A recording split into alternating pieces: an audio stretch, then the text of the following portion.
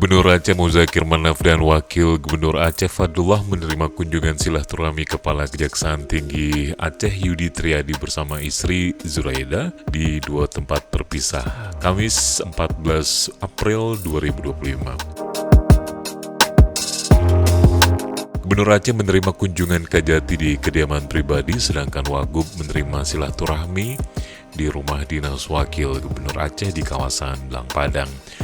Gubernur mengucapkan selamat datang dan selamat bertugas di bumi Serambi Mekah kepada Yudi Triadi yang baru saja dilantik sebagai Kajati Aceh oleh Jaksa Agung ST Burhanuddin kemarin Rabu 23 April 2025.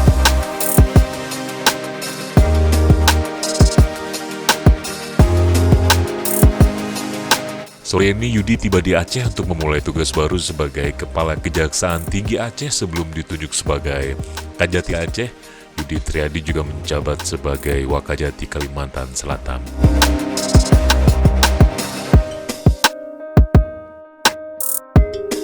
Pertemuan gubernur dan wakil gubernur dengan Kajati Aceh berlangsung dalam suasana penuh keakraban. Wagub sempat menggambarkan kondisi Aceh serta memperkenalkan dan juga mempromosikan kuliner dan destinasi wisata di Tanah Rencong.